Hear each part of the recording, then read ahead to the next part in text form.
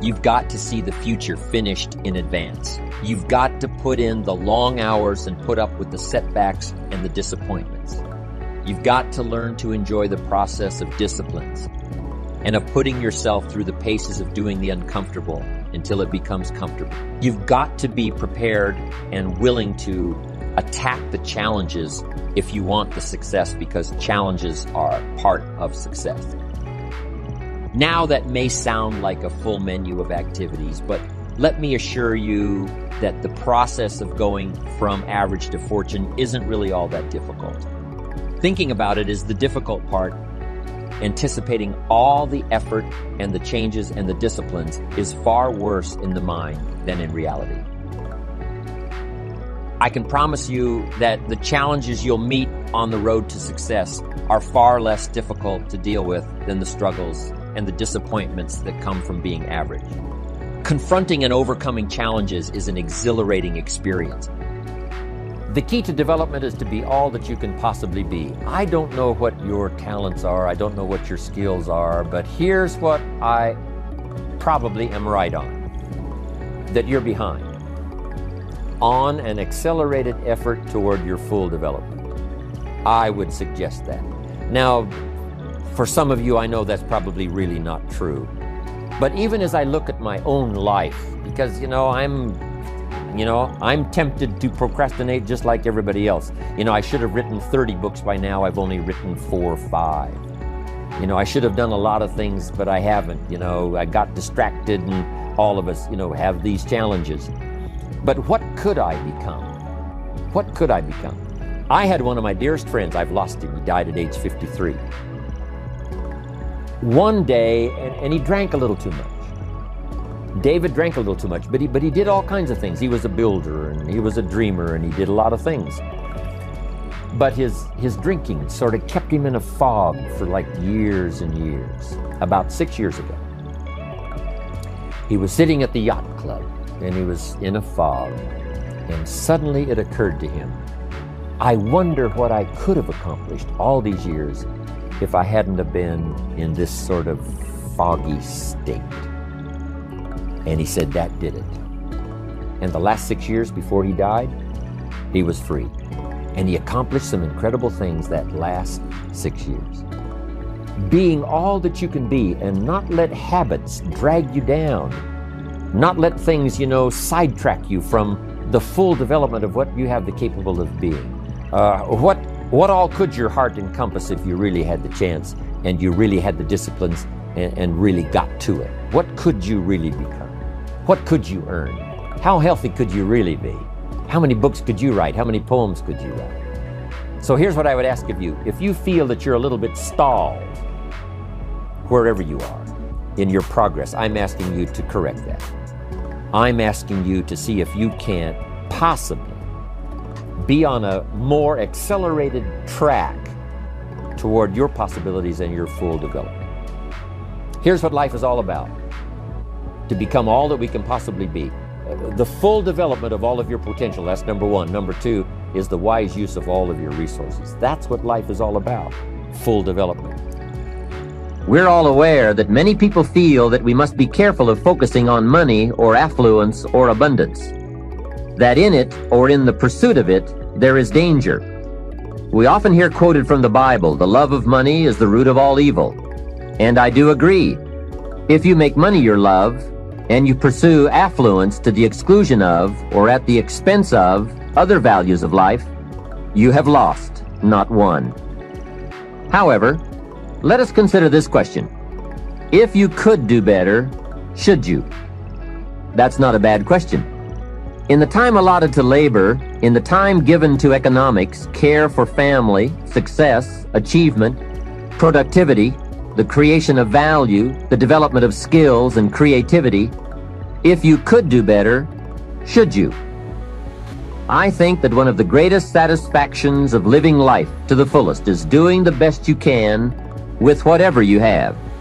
Doing less than your best has ways of eroding the psyche. We seem to be creatures of enterprise. Surely it is the reason for the seasons. The soil and the sun and the rain and the seed all say, "What can you do with us?" The seasons say, Do you have the genius to make something unique of us? Life says, here's the raw material. What splendid things can you produce from all there is? So, go for high productivity, the full employment of your genius, the full development of your potential in all areas of your life, including earning money. That is the essence of life. Make this note. None of us lack the capacity. None of us lack the capacity. We have far more capacity than we have time to take advantage of. I do read a record where it says all that time ago, some people lived to be 700 years, 800 years, 900 years old. I feel a little shortchanged when I only had the chance maybe to live 70, 80, 90, 100 years. When all that time ago, the record says, some lived to be 700, 800, 900 years. It seems like it would take 7 or 8 or 900 years to tap the full extent of our capacity, let alone 70, 80, 90, 100 years. But here's what I'm asking you to do. Get busy. You've got more brain power than you've used so far. You've got more potential than you've used so far. You've got more strength than you've possibly used so far. No telling how many languages you can learn, no telling how far you can go, no telling how strong you can get until you get busy working on yourself and see if you can't tap all of your full potential. People might have put you down in the past. I'm telling you, those days are over. People that have told you you're too short, people that have told you you're too tall, you're too old, you're too young. I'm telling you, the old idea about your limitations of the past, those days are gone forever. Mr. Schopp only went to the 8th grade in school, so he put things in very simple language.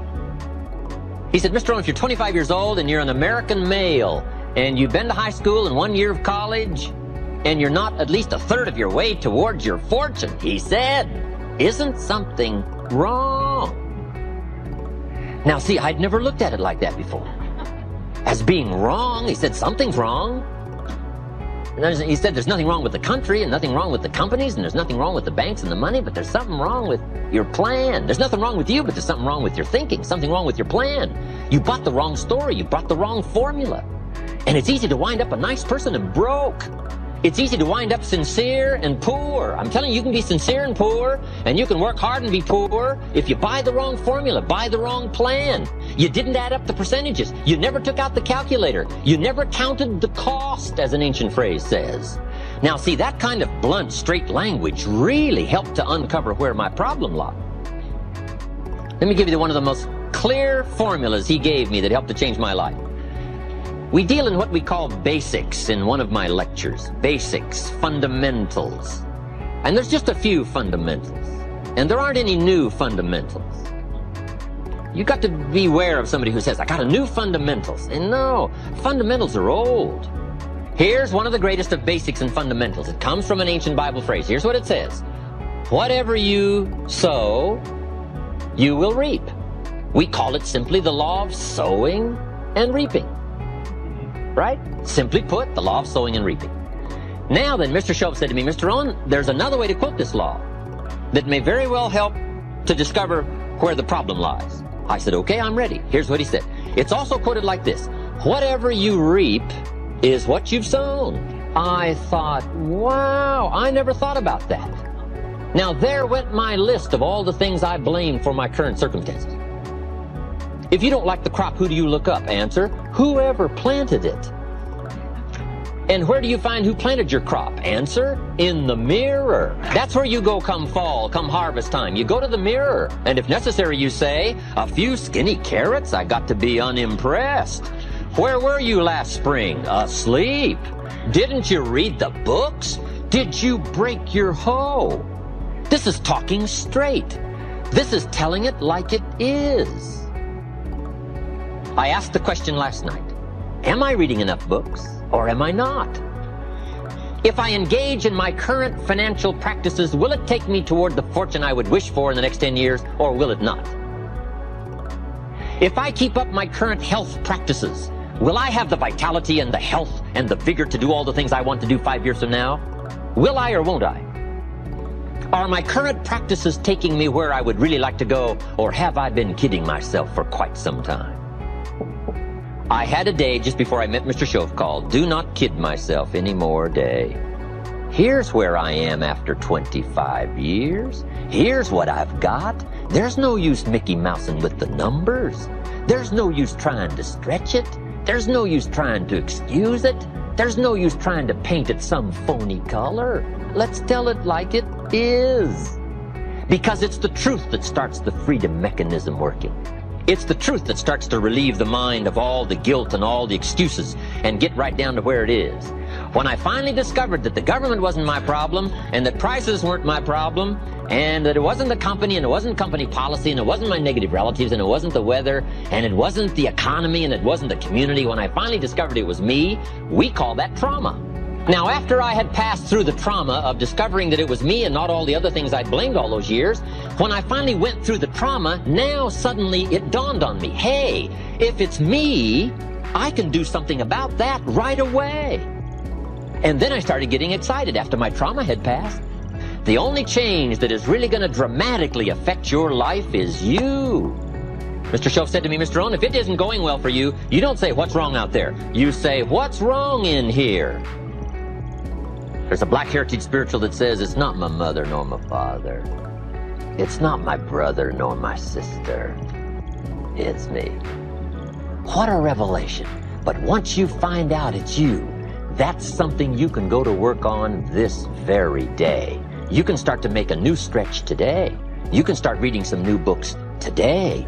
You can sign up for some new classes today. You can start engaging in constructive thinking today. You can make some life-changing decisions today. See, you don't ever have to be the same again after this evening, only by choice.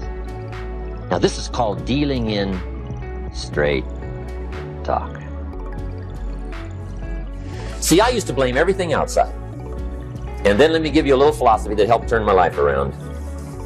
For your notes, here it is. It's not what happens that determines the quality or the quantity of your life. It's not what happens. And the reason is because what happens to about everybody. No different. The sun went down on all of us last night. A common event, a happening. And I found out that the same things can happen to two different people. One gets rich and one stays poor. Why is that? It's because it's not what happens, but rather it's what you do that changes everything. So that's a key phrase. It's not what happens, it's what you do. What happens is about the same. You might put that in parentheses here. Same. What people do, that's what's different. Somebody says, "Yeah, but you don't understand the disappointments I've had." Come on. Everybody's had their share. Disappointments are not special gifts reserved for the poor. Everybody has them. The difference is what you do about it. So here's one of the key questions of the evening. Starting tomorrow, what are you going to do that'll make a change in your life's direction? Good question. What are you going to do starting tomorrow that'll make a difference? Now see, if you don't do something starting tomorrow that'll make a difference, guess what? It's gonna be the same. And see, that way you can guess what the next 5 years are going to be like. Look at the last 5. Because the next 5 are going to be like the last 5 unless you, major key, tomorrow, change it all. Or change a little, or change something, or don't change. It's choice time. You can do whatever you want. But it's nice to know any day you wish you can change your whole life. What can you do starting tomorrow that'll make a difference? Good question. What can you do with economic chaos, massive disappointment? What can you do with a broken heart? What can you do when it won't work? Good question. So if I had a word with you tonight, one-on-one, just you and me, I think my personal advice to you would be, this year, 1981, reach down inside of you and come up with some more of those remarkable human gifts. They're there, waiting to be utilized. And then change anything for you you want to change. And I challenge you to do that because you can change. If you don't like how it is for you, change it. If it doesn't suit you, change it. If it doesn't please you, change it. If it isn't enough, change it. And I challenge you to do that because you can change. See, you don't ever have to be the same again after tonight, only by choice.